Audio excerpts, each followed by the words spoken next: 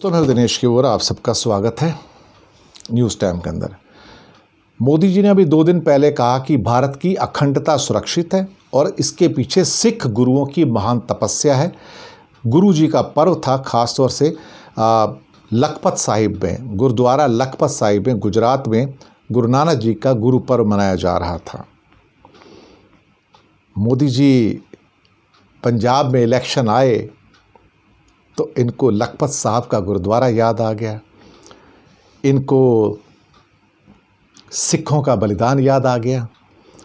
और वहीं कच्छ से, जहाँ पर एक गुरुद्वारा और बाकी एरिया कच्छ एरिया गुजरात का, वहीं से सिखों का जब पलायन हो रहा था, उन्हें निकाला जा रहा था कुछ वर्ष पहले, तो प्रधानमंत्री जी कुछ नहीं बोले थे।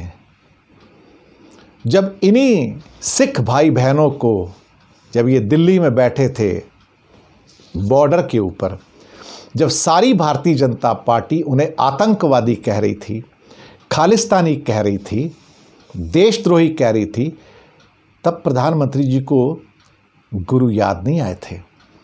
तब प्रधानमंत्री ने इनसे नहीं कहा था कि आप ऐसा मत कहिए, ये बहादुरों की कौम है। तब प्रधानमंत्री ने नहीं कहा था। अब उनको लखपत साहब गुरुद्वारा याद आ रहा है, इसलिए याद आ रहा है कि पंजाब में इलेक्शंस हैं और वोट चाहिए, और उत्तर प्रदेश में भी कई इलाकों में और उत्तराखंड में कई इलाकों में जहां सिख भी हैं, उनके वोट चाहिए।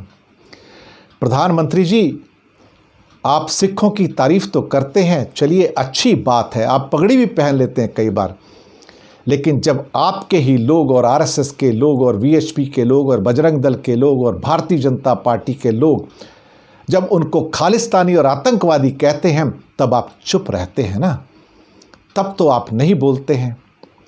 जब बोलना होता है तो आप नहीं बोलते, जब वोट लेने हो तो आप बोल जाते हैं। तब आपको लखपत साहब भी याद आता है। लेकिन वही गुजरात से जब सिखों का पलायन होता, उनको कुछ वहाँ ज़मीनों से निकाला गया था, तब भी आप कुछ नहीं बोले थे।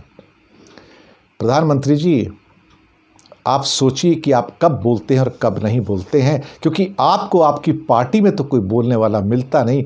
कम से कम कुछ और लोग तो हैं इस देश में जो आपको बोलते हैं कि एटलीस्ट जब उन सिख भाई बहनों को आतंकवादी कहा जाता है तो आप कहिए अपनी पार्टी वालों से कि ना बोलें, पर आप नहीं बोलते हैं, क्योंकि आप उनको सपोर्ट करते हैं जो इन्हें खालिस्तानी कहते हैं, जो इन्हें आतंकवादी कहते हैं। इसलिए पंजाब के लोग मोदी जी आपसे प्रेम नहीं करते, मैं आपको पहले बता दूं।